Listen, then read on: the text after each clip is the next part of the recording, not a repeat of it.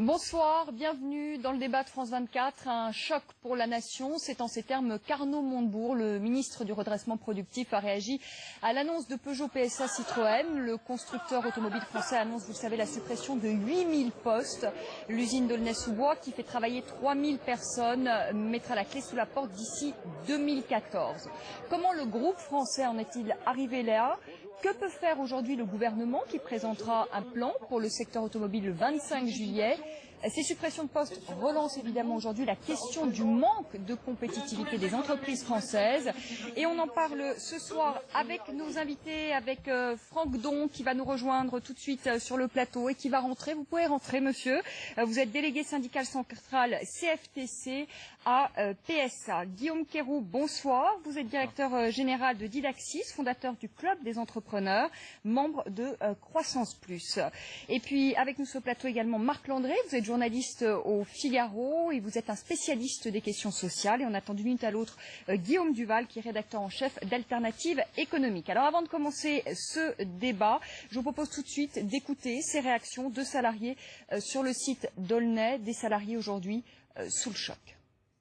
Je comprends pas en fait. Ça fait un an qu'on se bat, on se disait ça va arriver, mais on avait une petite lueur d'espoir et tout vient de s'effondrer. On est vraiment dégoûtés. Beaucoup de salariés ont voté aujourd'hui, pour Hollande, espérant le changement. Pour beaucoup, le changement c'est le chômage. Donc pour beaucoup, on sent lâchés, complètement lâchés par le gouvernement qui dit ne pas pouvoir nous aider. Il y a 10 ans, il y a 20 ans, donc il y avait du boulot, il y avait des modèles, 2 ou 3 modèles. Aujourd'hui, on se trouve avec un seul modèle et la moitié de l'usine, il est vide. C'est dur, très très dur. Franck Don, je rappelle, vous êtes délégué syndical central CFTC à PSA. Est-ce que l'usine d'Aulnay-sous-Bois est arrêtée ? Non, elle n'est pas arrêtée à l'instant où je vous parle. Par contre, ça a jeté un émoi effroyable. C'est terrible. Moi, j'ai utilisé le mot dramatique. Je crois qu'il n'y a pas d'autre terme. C'est vraiment, vous vous rendez compte, on est à l'approche des vacances et on annonce une nouvelle pareille. C'est dramatique. Il n'y a pas d'autre terme et vraiment, je suis vraiment très triste. Alors on l'a dit, à 8000 postes qui vont être supprimés. Qu'est-ce que vous comptez faire aujourd'hui ? Alors, ce que nous comptons faire, déjà dans un premier temps, c'est de vérifier si vraiment l'état financier du groupe PSA justifie cette mesure d'urgence.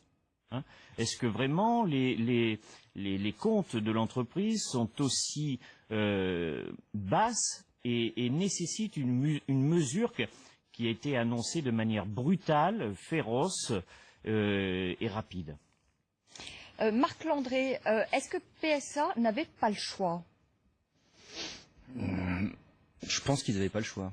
À cause d'erreurs de stratégie qui ont été impulsées il y a plusieurs années, du fait qu'ils ont fait des mauvais choix de positionnement de gamme, du fait que le cours de bourse s'est quand même effondré depuis un an, qui a quand même siphonné les liquidités et les réserves de la boîte. Aujourd'hui, c'est quasiment une catastrophe industrielle qu'est en train de vivre PSA et que vont subir ses salariés. Et peut-être même qu'on n'en est qu'au début d'une plus grande catastrophe industrielle encore pour l'industrie automobile française, et en ce qui concerne PSA en particulier. Qu'est-ce que vont devenir ces salariés ? C'est toujours très compliqué de répondre à ce genre de questions au début, parce que derrière chaque homme, il y a des familles, ce sont des véritables drames humains.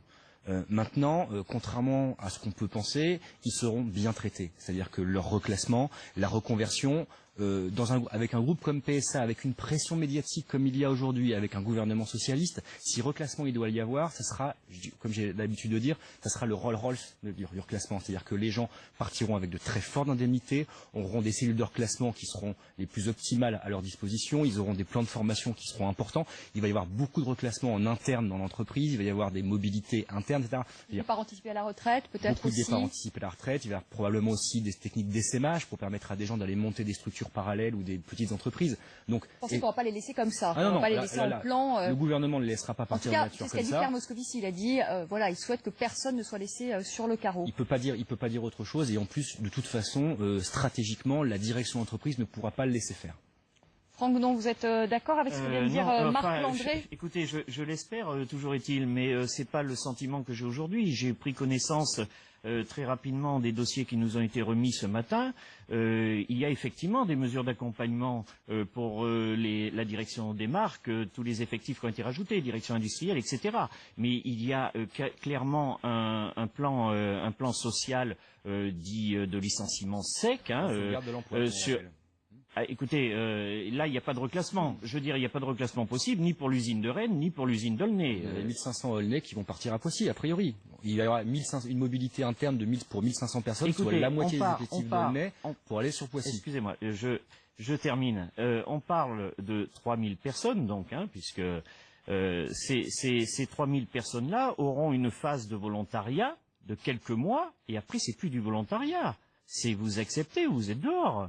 Il faut appeler un chat un chat. Je suis désolé, mais il ne faut pas dire que c'est un véritable drame. C'est un véritable drame. Et quand vous faisiez référence au social chez PSA, moi ayant une ancienneté de 26 ans chez PSA, je vous rejoins totalement. C'était le cas jusqu'à aujourd'hui. Guillaume Quéroux, c'est un choc social. On peut utiliser ce terme-là aujourd'hui? On peut dire qu'effectivement, il y a une onde de choc qui va bouleverser l'économie française. Et le secteur automobile, ce que disait Marc Landré, parce que c'est aussi tous les sous-traitants qui vont, j'imagine, aussi...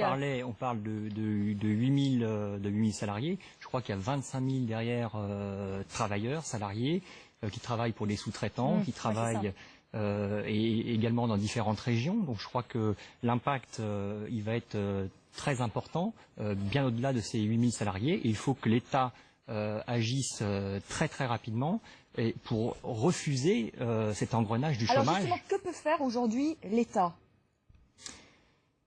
L'État, très concrètement, l'État doit intervenir sur et appuyer les industriels français à redéfinir et à réformer une industrie qui aujourd'hui est à bout de souffle. Par exemple, si on prend le cas quand même là, aujourd'hui, je voudrais qu'on parte du cas quand même très concret de PSA aujourd'hui, est-ce que l'État doit injecter aujourd'hui de l'argent et entrer dans le capital de PSA? Est-ce que ça, c'est une solution? Non, je pense qu'on a suffisamment injecté d'argent public dans cette entreprise. Il va falloir trouver une solution pour ces 8000 salariés, une véritable solution d'accompagnement et de reclassement de ces salariés. Je crois que c'est la vraie préoccupation de PSA, des différents salariés de PSA, mais également de tous les sous-traitants, de tous les entrepreneurs, de toutes ces PME et TPE françaises qui vont en subir indirectement les conséquences. Marc Landré, que peut faire l'État? Est-ce que l'État doit injecter là aussi de l'argent et entrer au capital? L'État ne peut pas injecter d'argent si le groupe PSA n'en est pas d'accord. Je veux dire, Et il n'en est pas d'accord. Philippe Varin l'a dit ce matin. Il n'a pas besoin d'argent. Il n'a même pas besoin de prêt. C'est pas ce qui remplira les usines. Non, c'est pas ça qui fera produire des usines et surtout, produire des voitures, qui fera que les gens les achèteront. Le problème de PSA aujourd'hui, c'est qu'ils ont fait une erreur de stratégie dans le positionnement de gamme et que les gens n'achètent plus leurs voitures, ou du moins ils les achètent pas là où on vend des voitures. Le marché, il se développe aujourd'hui dans les pays émergents, il ne se développe pas dans les pays où PSA vend majoritairement des voitures. Et en France, là où PSA a fait le choix de développer un certain nombre de modèles, ce sont des modèles à faible valeur ajoutée qui rapportent peu d'argent à l'entreprise. Franck Don, vous voulez réagir à ce que vient de dire Marc Landré? Oui, ça me fait réagir sur le. En fait, vous défendez le positionnement de PSA qui est un positionnement de montée en gamme des véhicules.